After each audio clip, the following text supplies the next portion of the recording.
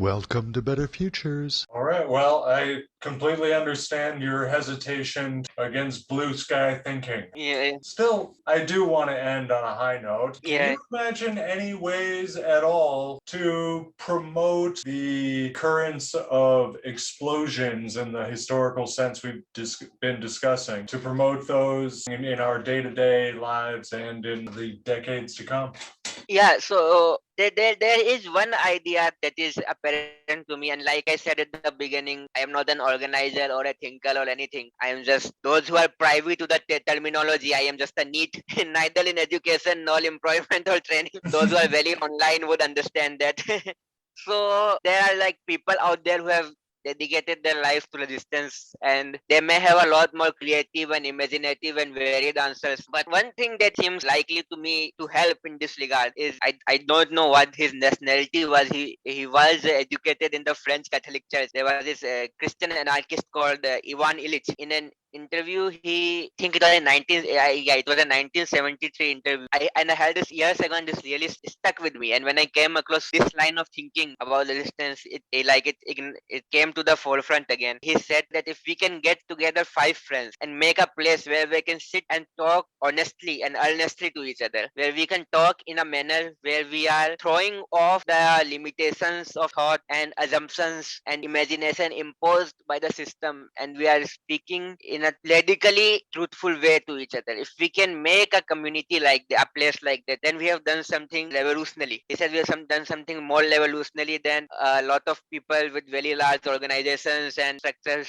have managed to do. So, and I think that relates very well to the idea of resistance being this sort of thing that creates the possibilities that allow us to further ourselves to a different world. Because the first thing that is stopping us truly is our deep and profound alienation from one another.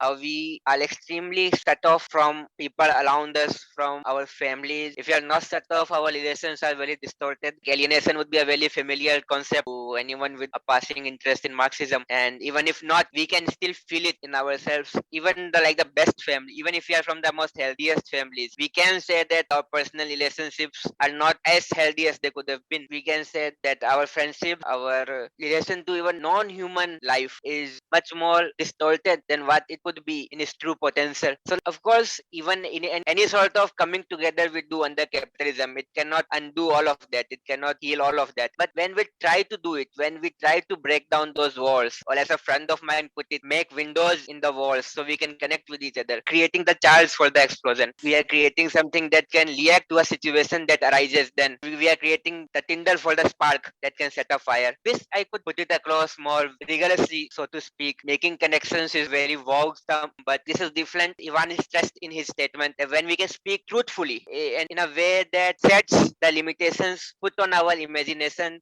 that sets the assumptions put on our imagination by this world of capital and by this world of class society. This is the sort of connection we have to cultivate. I'm definitely not saying we have to read massive tomes written by Marx and whatnot to do this, but we think that there is a confrontation that is waiting for each of us inside ourselves, and we do not need textbooks or anything or theory and anything to bring it about. This confrontation is as guaranteed as life and death itself. I hope I'm not sounding like a wook or anything, but I No. think this. If you could give me just a short description of this confrontation. Yeah. So this confrontation, basic version to what we are very deeply taught to take as fundamental and unchangeable and unassailable parts of the world. I think there's something inside all of us that revolts when we have to pay for our favorite food, or when we have to sit and see on televisions places we would rather be, or when we cannot meet friends or because we are busy working 6 hour weeks.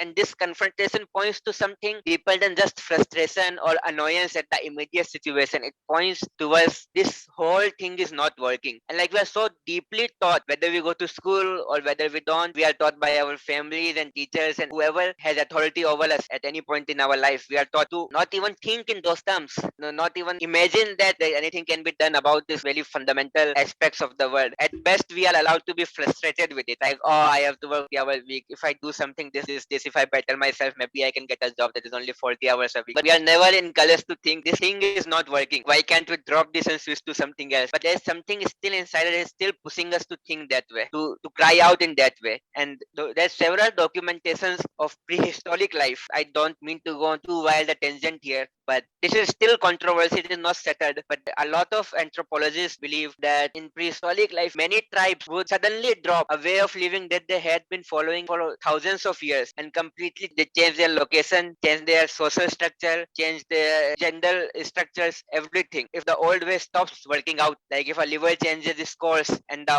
old habitat becomes inhospitable and they have to go to a different place where the gender laws have to change, social structure have to change, they were able to do it very quickly rather than being stubborn and like, no, we will live like here, we will follow our traditions and die out. So Oh, we it's we need fascinating. The change of environment due to simple changing climate just yeah, resulted in change of culture, cultural edge. yeah, profound cultural changes across the board, like whatever system of hierarchy they had or did not have, the laws, pedagogy, to everything. And many times, perhaps even in myth, it is very hard to reconstruct myths from those times with great detail. But that is also a possibility that many people in the field hold. And on a visceral level, that feels true to me. Like I think that is how humans are meant to be. We are meant to adopt. We are meant to change. But in this world, that impulse inside us that comes from individuals, that okay, this is not working. That impulse is so smothered under the prospect of impossibility and how grand and vast and powerful this system is. And like not one liver, this system has destroyed so many livers. It is destroying so many more. It is going to destroy all the oceans. But still, we cannot turn to that quick adaptability. Like okay, no, let's drop this. Sorry, I went on a long tangent here, but this was in the context of making connections. So this should be the context in which we make these connections, to listen to that confrontation and reach out to people who are feeling the same way. I keep saying anarchist and communist. I don't mean to say people who don't use these labels cannot be similarly radical, but these philosophies are the ones which I am familiar with, so I am only taking their name. I completely understand, and I believe it will translate. That's also a philosophy that I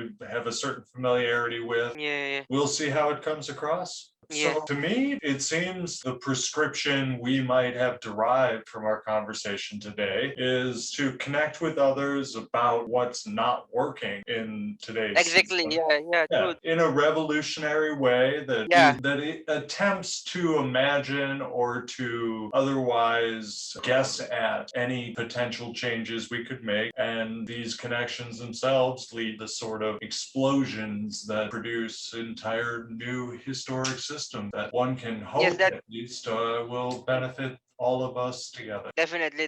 Like the explosions as opening up possibilities across this bleak horizon. Perhaps we will be part of explosions we will not get to bear the fruit of, but people who come after us will. So when that is worth something. I hope so. Mhm. Thank you very much for your time today. I'll talk to you again soon, Yeah. I hope, Priyank. Yeah, thanks, Jack. Thanks for letting me talk about all this. Well, it's been a delight. Thank you. Yeah, thanks, Jack.